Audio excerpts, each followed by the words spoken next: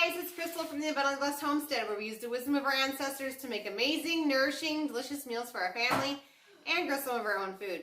Today, I'm going to be showing you guys how to make the egg skillet that was mentioned in the live class about budgeting and meal planning.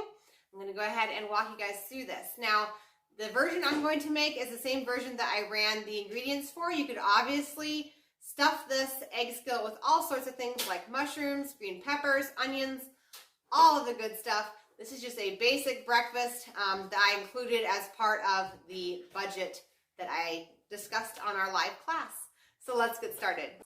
Okay, so I have a 12-inch cast iron skillet here. I'm going to go ahead and heat the skillet over medium heat. And I'm going to add approximately 1 teaspoon of lard to my pan. You could also choose tallow, duck fat, goose fat, coconut oil, or butter. We just want to make sure that this pan is well greased so our stuff does not stick to it.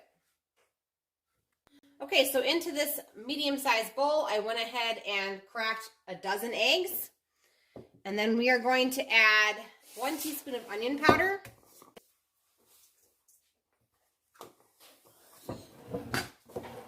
and 1 teaspoon of garlic granules, or garlic powder will work as well. 1 teaspoon. And then 1 teaspoon of your choice of healthy salt. So that's a colored salt. So pink Himalayan salt, Celtic sea salt, or real salt, brand salt, are all good options. I'm going to go ahead and whisk this with a fork.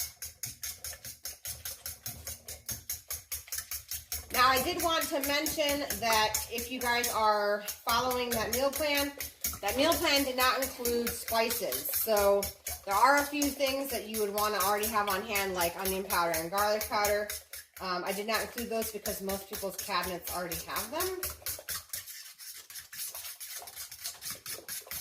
All right, so this is all whisked up and ready to go. The lard is melting, so I'm just going to kind of spread it around on the pan here. And now I'm going to add 1 sliced potato. This is a medium to large sized potato. We're just going to saute this over medium heat. Okay, so it's starting to sizzle, so we're just going to stir the potatoes around here and try and flip them because the one side's already toasty brown.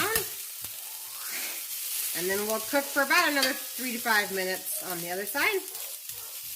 And then we'll be ready to add our egg mixture. Okay, so it's been another 5 minutes. I'm going to go ahead and flip these over. As you can see, they're getting toasty brown.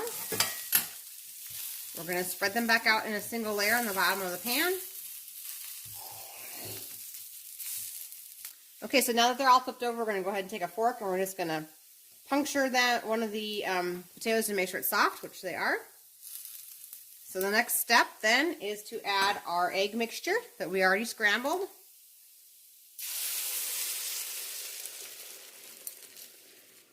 Mom, you got to turn it around. You didn't even turn it around, Mom. So we're going to let this bubble for about a minute to possibly 2 minutes, and then we're going to go ahead and stir it.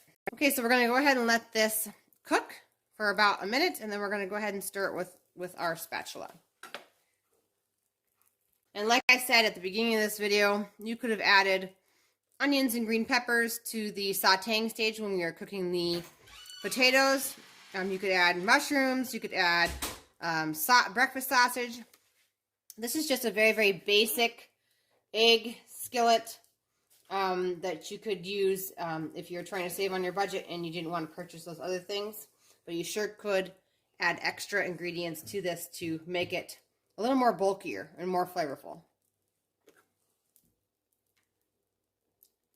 Okay, so we're going to go ahead and stir this. I just slide my spatula along the bottom of the pan to pull the eggs on up.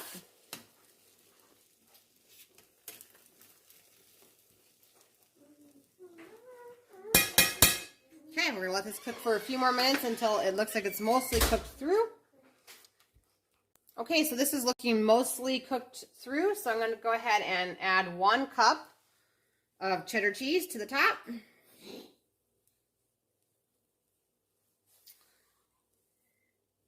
And that is all there is to it. I'm going to go ahead and turn off the heat. This is a cast iron skillet, so it's going to keep on cooking it for another couple of minutes, even with the heat removed, because it retains the heat. This cheese is going to melt, and then it's ready to serve. Okay, guys, that's all there is to it. If you guys like this video, give it a thumbs up. I did want to mention that this recipe totally frees as well, so if you want to make a whole bunch of them up ahead of time, take them out and then warm them up for your family. That's totally doable. I want to thank you guys so much for watching my videos, and I'll see you guys in the next one.